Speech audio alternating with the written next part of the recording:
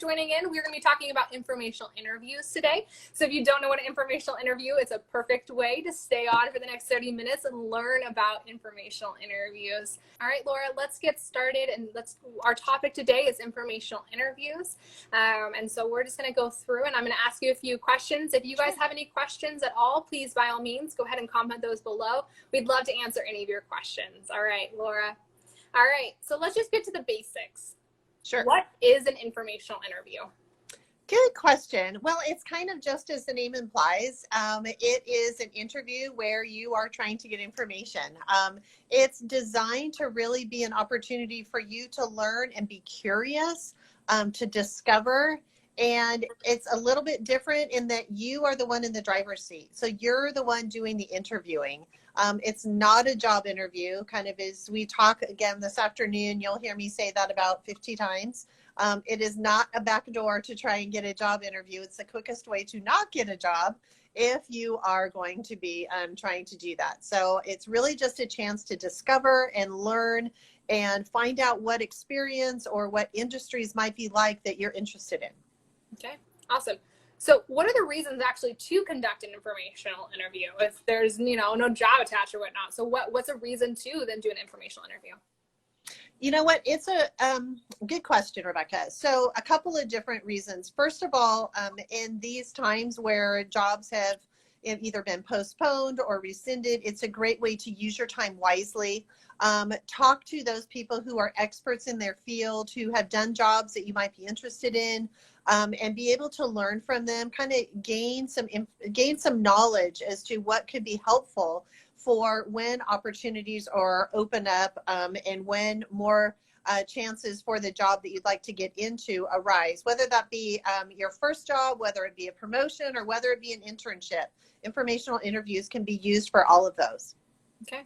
All right, for all the people that are joining in, thank you guys so much for joining. So like Love Pink 98 or our Quesadia 777. Thank you guys so much for joining in. We are just talking about informational interviews. So stay on, ask questions. We would love to hear what kind of questions you guys have about informational interviews. So another question, Laura, is you kind of touched on it a little bit. So what's the difference between an informational interview and then a job interview? Good question. Okay, so the similarities are that both are ways that you can get information about a company, right? Similarities are that in both cases, you need to do your research and you need to prep ahead of time. You would never walk into a job interview going, "Hi, so I'm here. What can you tell me? What do you guys do?" Right? That would be the quickest job interview ever. So you want to do your research on the front side, making sure that you look into what is the company. If you don't know a lot about the person that you have been introduced to for the informational interview, doing a deep dive on kind of their history. You're going to want to find out what's happening in this industry, what's happening in this company. So you need to prepare. You also want to make sure that you are presenting yourself well. And so making sure that you're dressed professionally. Some of the similarities are you're going to, of course, be so appreciative and gracious and write a thank you note. And then you're going to want to follow up. So those are some of the similarities of both types of interviews. Okay. So who should students do informational interviews with? Good one. So I think sometimes people, if they've heard the term in the past, are like, "Oh yeah, I'm just going to go talk to like Uncle Joe, who I think did, marketing a ways back," right? Right. So, right, because obviously. So the people that you can do informational interviews with are really wide-reaching. You can talk to family and friends, of course. That would be the first place I'd start. But you can also talk to professors. I'm amazed at what a wealth of resource our professors are. And so this is a great chance for professors to be utilized in that capacity. Also, you can talk to your pastors. If you're involved in a church, which I really hope you are, pastors have an incredible list of people that they know and can be in wide-reaching areas, right? And so I would recommend you talk to your pastors too. And then also you can do LinkedIn. I know that if you go onto the California Baptist University website, at least for CBU, we have about 22 to 23,000 alumni on there. That's a great opportunity for you to find people to talk to. And while no one is probably going to give you, or I'm going to rephrase that. If you reach out to someone and you have a common bond and a common person that you know, they're going to be much more likely to want to help you out, right? Because people really, truly do want to help. I grew up with a dad in sales, and his famous saying to me growing up was, everyone wants to help you. You just need to give them a chance. So that is such a sales line. I just always laughed at them growing up. But I did find it useful as you go along. So I think as long as you are able to, be gracious and appreciative and humble, while still being knowledgeable as you go into it, people will want to help you. So those are a couple of ways, or a couple of the people that you can reach out to, or groups that you can reach out to for informational interviews. Okay, perfect. I just want to add something right in as well. And I just want to remind people what the question is and who should students do informational interviews with? And maybe also where can you find them? And so somewhere else that you guys can look is actually on Handshake. I don't know if you actually know this, but on Handshake, there is a students tab. And if you guys click that, there is going to be tons and tons of students, not just CVU alumni, but all throughout the world, throughout all different universities. Any university that is using Handshake, you'll be able to see the students and the alumni. This is a great resource because if there is if there's a company, or if you want to learn about someone's career journey, this is a great way for you to actually message them and start that conversation to say, hey, can we do an informational interview or whatnot? So Handshake is a great resource, along with everything that Laura was saying about the pastors and LinkedIn and professors. All of those are strong resources, but Handshake is at your fingertips. So I 100% say start with Handshake. That might be the easiest thing for you to do. Start with that and go from there. So I wanted to add that in. And then also something I was reading actually in the New York Times. They were saying that they did a study of people to seek out advice about an important work project. So they're just saying, okay, go seek out people and whatnot. And so from this, they actually got more information from the people that they didn't talk to regularly. And it was people from 3 years ago, because a lot of the stuff that you hear, like Laura was saying, don't ask a family member. That's good to know. But the thing is reach out to some of the ties that you might have not reached out to in a while, because you never know. They might not be in your circle much anymore, but you could gain valuable insight from them. And so, I think the study is a good representation of that, is, talk to maybe the dormant ties or whatnot, and reach out to them, and maybe you might learn something. So I just wanted to add that a little bit in.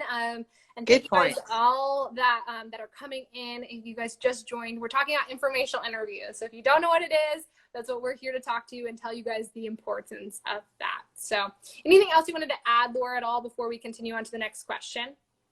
I think if I did forget something, I'll add it in later. Don't worry. Sounds good. All right. How should someone ask for an informational interview? Good. That's another great question. So you want to the best of your ability, ask in person. If you can do this via phone or in person, I know with social distancing now, it's a little bit difficult, but if there's at all a possibility of doing it in person or via phone, do that. It is much harder to say no to someone when they can hear your voice. Again, they can hear your genuine desire to learn from them. It's a little bit harder to say no in person than it is from a dry email that just says, hi, will you, take the time? If that's not possible, again, try and get an introduction from a family member, a friend, a colleague, and be specific with this. So rather than just going to someone, say, hi, I see that, or I heard that you have a friend who works at Disney. Could you introduce us? Be more specific. I am actually a third-year marketing major, and my dream company is Disney, but specifically I would love to be able to help with marketing for their Disney, all of their parks worldwide. So that gives them something specific, right? And then they can kind of go through their Rolodex and think, who do I know? So that's a better way to do it than just being really general. Yeah. So helping them out, doing as much research as you can so you can connect it and make it so it's an easy ask for them is great. You can do email. Again, if you do email, you're going to have to spend some good time on the front end, making sure your energy and your enthusiasm is coming forward, because these screens, as we've learned, you lose something when you're going through that, and especially if you're doing an email. And also you could do LinkedIn messaging, you can do Handshake, as you mentioned. Those are always great resources. Again, they're a little bit removed. There's no personal contact, so you're going to put in some extra effort for that enthusiasm and that energy, that sincerity to kind of come through. Yeah, no, definitely. If you guys have any questions down below, like if you have any questions at all, please go ahead and comment those down below. Anything about informational interviews, or going to be anything in general, to be honest, anything professional development related, please go ahead and ask those questions below, because we would love to answer them for you, because we are doing this live in Q&A and we're trying to give you guys information. So please, if you have any questions, please ask those below. All right, Laura. Quick question. So how should students dress? Should they wear like a nice blouse on top and maybe like flip-flops on the bottom? Or should they dress professionally? Like, you know, even if they're doing like these like virtual informational interviews, like how should they be dressing?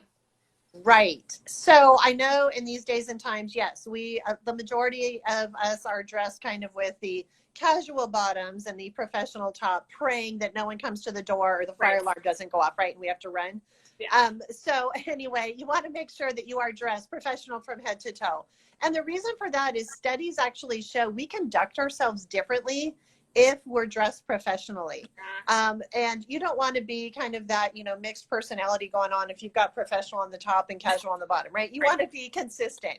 And so having that mindset that I am professional, I am ready to have a conversation that demonstrates my interest, my curiosity, and my desire to learn from someone, that will come across more if you're in a headspace and physically dressed as a professional. Okay. How can students prepare for an informational interview? Okay, so you want to prepare. So kind of two things to this. I was going over this with a class the other day and had a great question. And someone said, well, if I do all this preparation and I'm just supposed to listen, how do those two things line up?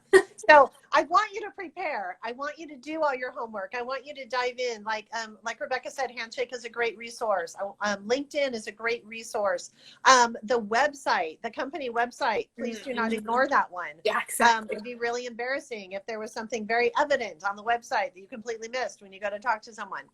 You also want to have some resources that you've gained, hopefully kind of just from doing a Google search if they've been in the news, right? So researching them thoroughly with the mindset, you very well might not use all the research that you've done, because this is the whole point of an information, is for you to get information.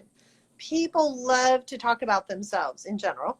And so you are just there to give them a chance to do that, right? If you just ask one question and one question only, and they talk for 20 minutes and give you a lot of valuable information, that is a win. Doesn't matter if you've asked all your questions. If you've gotten great information from them, that's a win. On the flip side, though, if there's any lags in conversation, or if there's something specific that you are hoping to get from them, this is where all of the research that you did can really come in handy. So that's why you want to do a lot of research and come prepared. Yeah, definitely. If anyone has any questions, please go ahead and comment those below. We'd love to hear any questions that you guys might have about this topic. But if not, we're going to continue on. But you guys, if you have any time, at any point in time, if you have a question about anything we're talking about, definitely ask that question and we will get to it. So Laura, what types of questions should students ask to the person that they're doing this informational interview with? So you want to have, again, kind of just some general questions. As I mentioned, you want to have them just feel comfortable to talk about themselves, because the purpose of this time together is for them to be able to share their career path, share their information. You want to have more general questions. So things like, you know, how did you get started in your field? You know, what's a current challenge that you see happening in your industry? And things like, you know, if you could make one change in your career path, what would that be? Mm-hmm. Things that are designed to get them talking and get them to give you kind of insight into what strengths and what successes have they had. And one thing I kind of want to back up on is the people that you're asking, make sure that they're a variety of levels. Don't just ask people that are at the C-suite level. It's going to be harder to get into them anyway. Make sure that you are talking to people who are maybe, you know, 1, 2, 3 years into their career. You're going to get some awesome information from them. They're going to probably give you the real lowdown on what it takes and if they were going to do something different. And then talk to some, entry-level managers, supervisors, and then mid-level managers. Have a variety, because the different feedback that you're going to get and information is going to be different at different levels. If you ask the question, if there's something you change to someone who has two years of experience, they're going to look at you maybe funny. Right. Or if you ask that to someone who has, 10, 15 years, they might have some feedback to give you. So your questions are really going to be designed based upon the people and the experience that they have. Yeah, I want to touch on the thing that you said, like talking to different people at different levels. I actually interned at Alcon Entertainment when I was a student, and something that they had for internship was they actually kind of had us like do informational interviews with a lot of the people actually within the company, and it was really a great opportunity actually, because I was able to see, okay, here, I didn't know that Alcon did, like music. They were doing TV, they were doing movies. And then I got to talk to, the producers, or I talked to, the assistants, and just seeing the different feedback really was interesting. And like you're saying, you have to make sure that you're asking certain questions to certain people. And I thought this is just a great opportunity to see, okay, wow, this is what they do. And this is what, possibly, oh, I don't want to do that. Maybe I had an idea that I wanted to do that, but I don't want to do that now after asking those questions or talking to them. So I just wanted to touch on that. So that's really great advice, Laura. For all the people that are joining in, thank you guys so much for joining in. We're just talking about informational interviews. So if you have any questions, go ahead and put those down below. But thank you guys so much for joining. All right. So another question that might be on the top of our students' minds is, do you think informational interviews during a pandemic is something that maybe they should be doing? 100%. I would say 110%, but mathematically that's not possible. So we're going to go with 100%. Right. So 100% you should be doing that. And the reason is, some people are swamped. There are some industries that actually have no time now. Healthcare, law enforcement, they're really, really busy right now. But other industries have a little bit more availability. So you absolutely should be taking advantage of this time. This is a chance for you to really be learning. And I kind of want to back up again a little bit to who you ask. So just because someone doesn't have the ideal job that you want doesn't mean that you can't learn from them. Right. And so, taking advantage of doing the informational interviews during this, I'm going to go back to the Disney, someone's ideal job of working at Disney. So maybe they are, working in marketing for Disney parks, worldwide. But you're interested in doing marketing for Disney, maybe from a kind of all of the different places that they can stay, right? Because they have all the resorts and stuff. Yeah.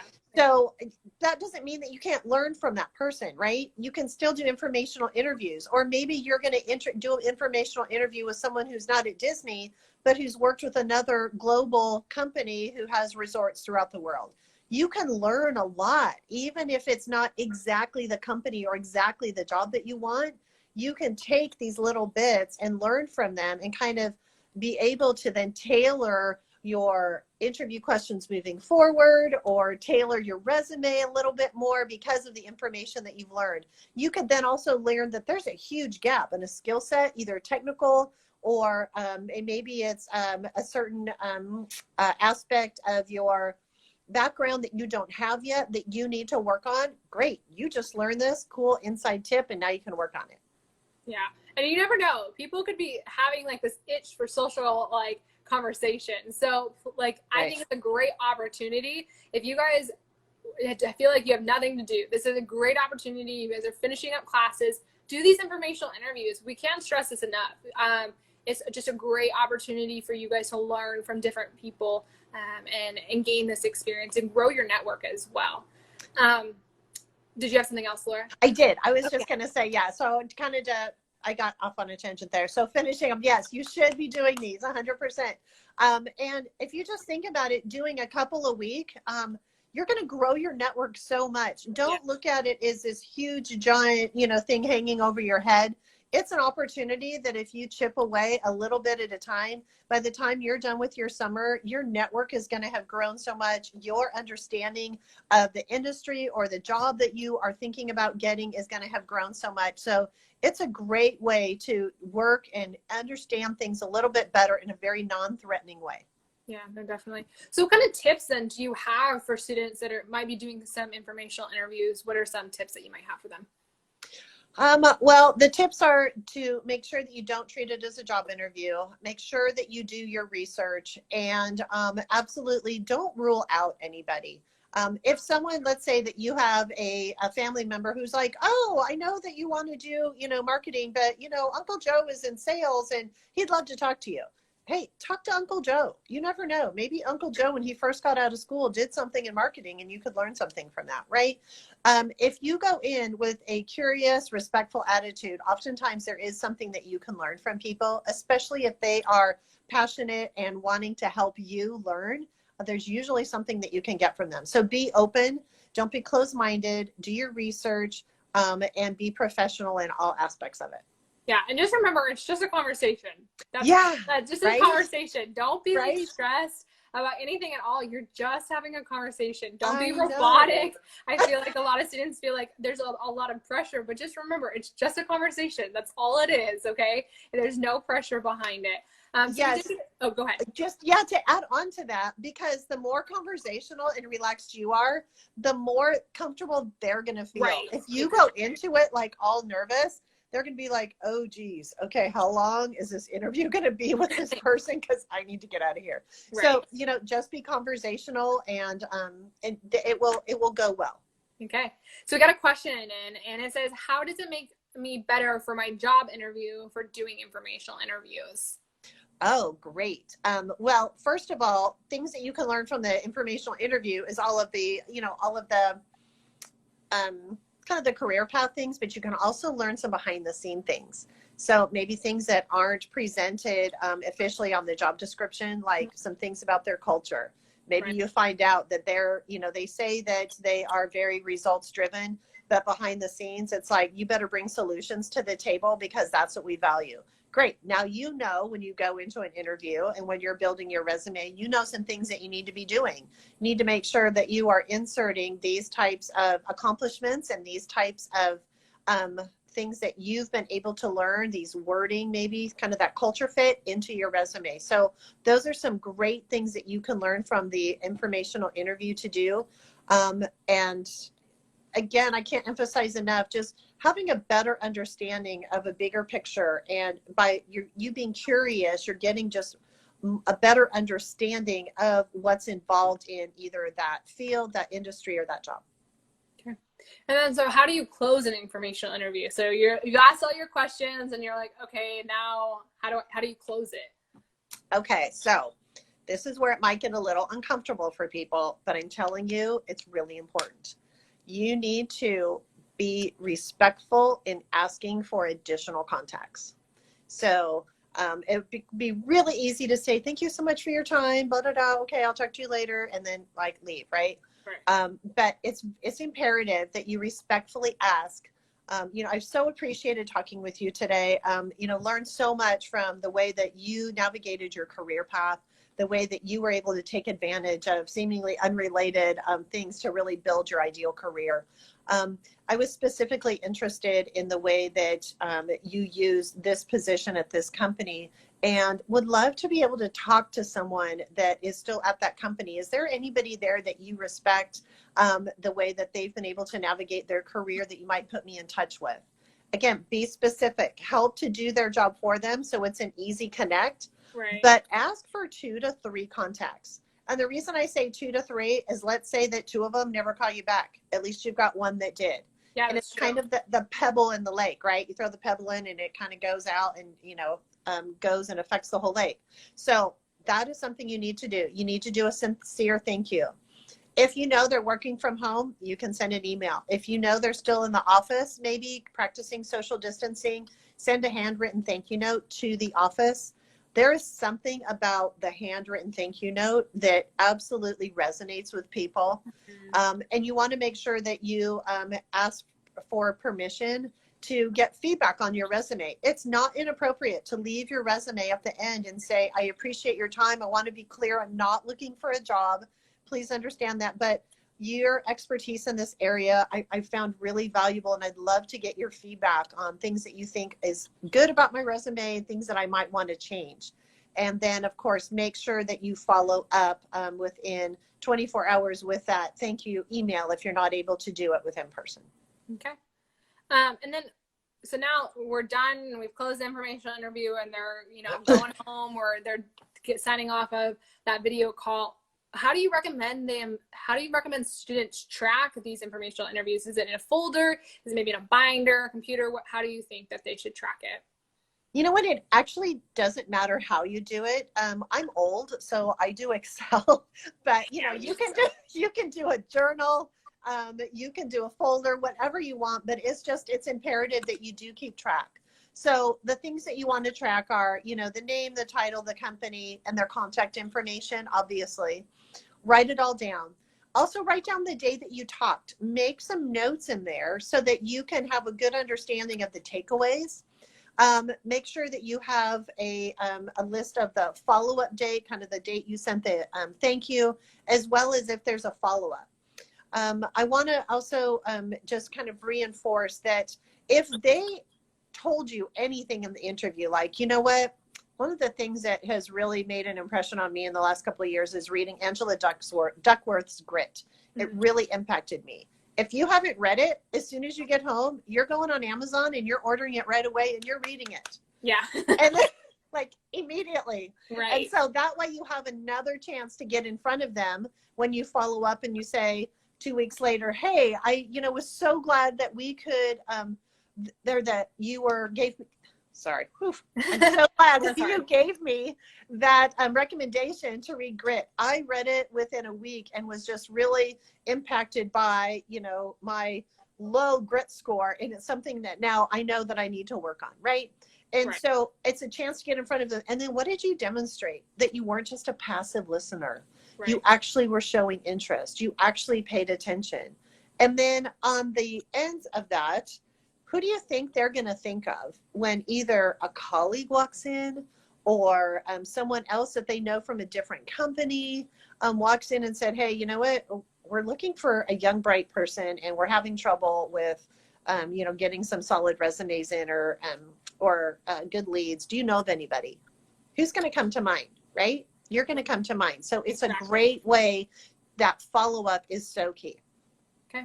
Well, thank you for that advice, and thank you for everyone that has been joining in. If you guys have any questions about, informational interviews or just professional development in general, we can always ask those questions at the end. But anything about informational interviews, please go ahead and comment those below. We would love to answer your questions. We are getting to the last few questions, so if you've been holding on for a specific question, definitely ask that question. We want to answer. There are no dumb questions here. Okay, so we've been talking a lot about, job interviews and the informational interviews and the difference, but I know that there's a statistic and it says research shows that 1 in 200 resumes leads to an interview compared to 1 in 12 informational interviews leads to a formal interview.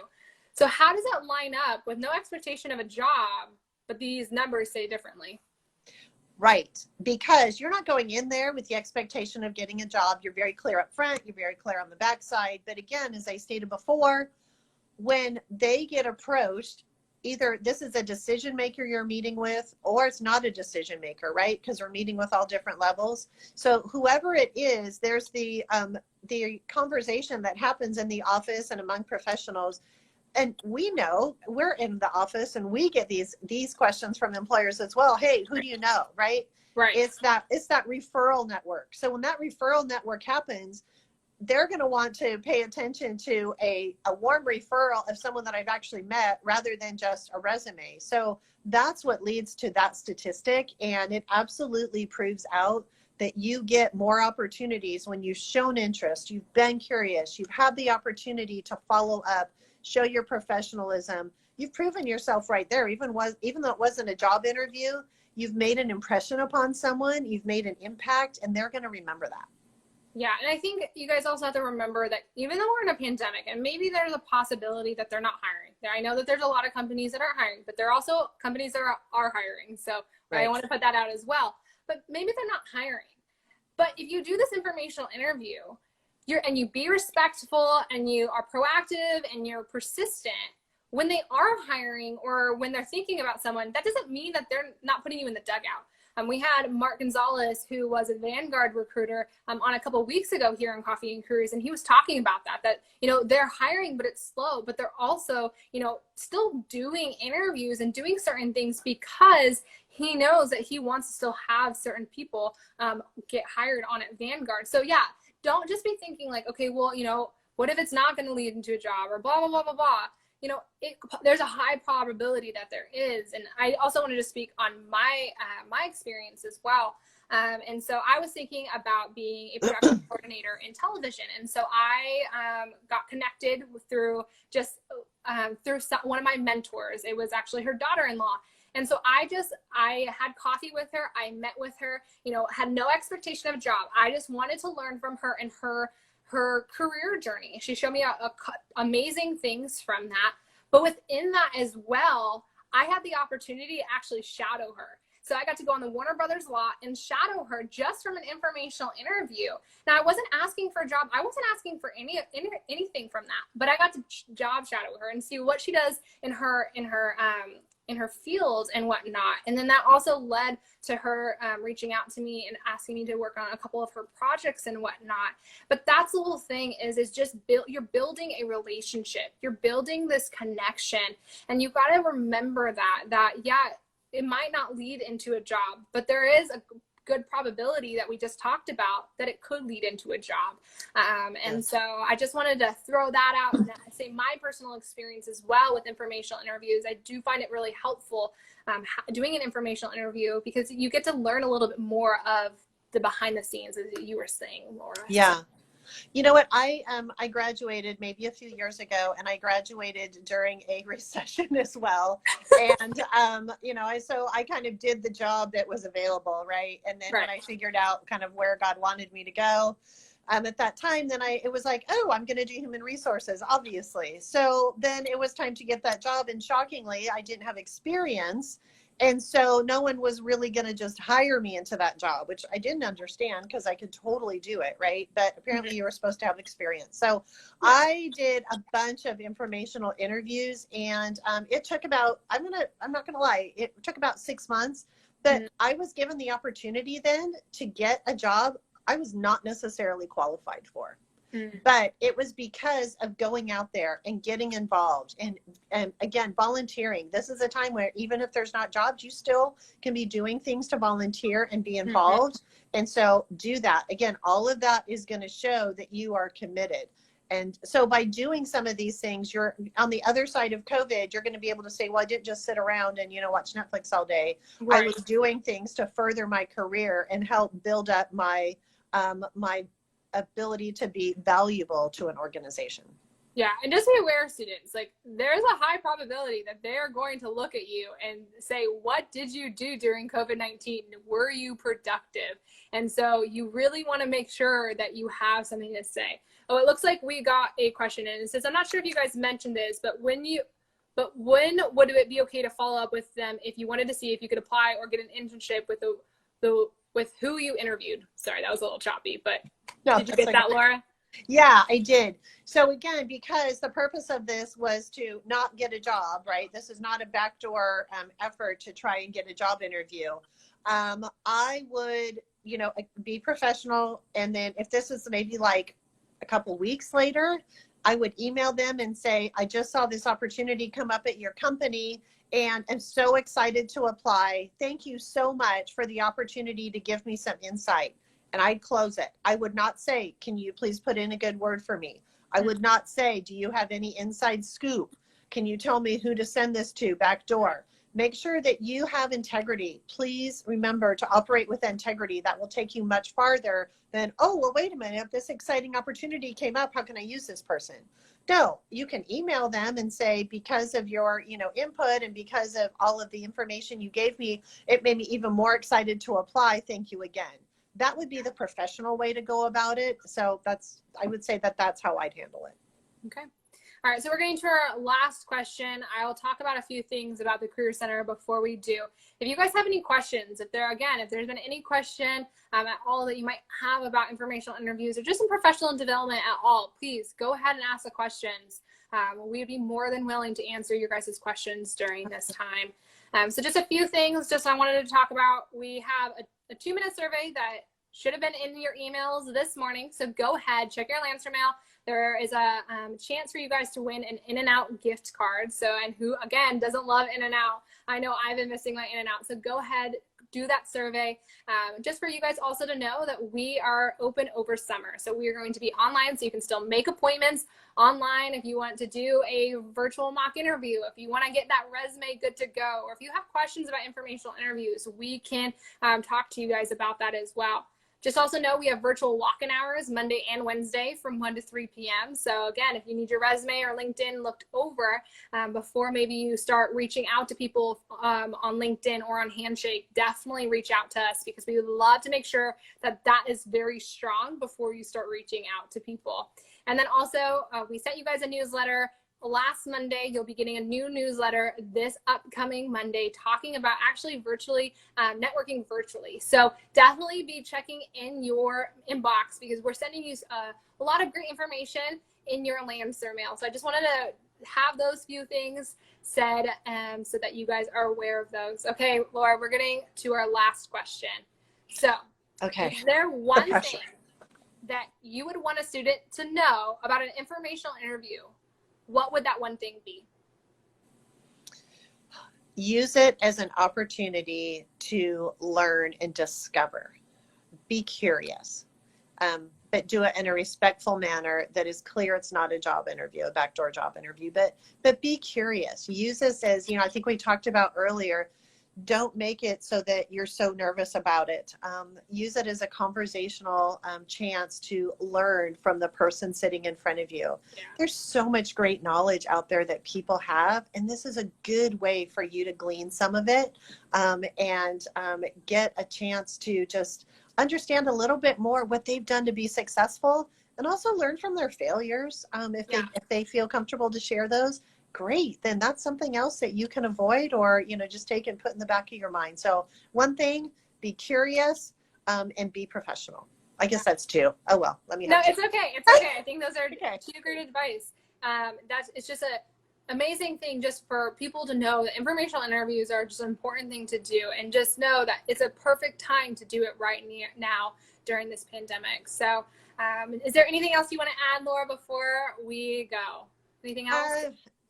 I just want to encourage everybody just during this time of being in transition that it's a tough time, and it's okay to acknowledge that it's a tough time, but in that place, be positive and do what you can. And this is an incredible way to do what you can. It doesn't cost any money. It's something that you can do from home, and it's a great way to help build your resume. All right. Thank you so much, Laura, for joining us for Coffee. Thanks for having me. You're welcome. Everyone, have a great rest of your day. Okay. Bye-bye.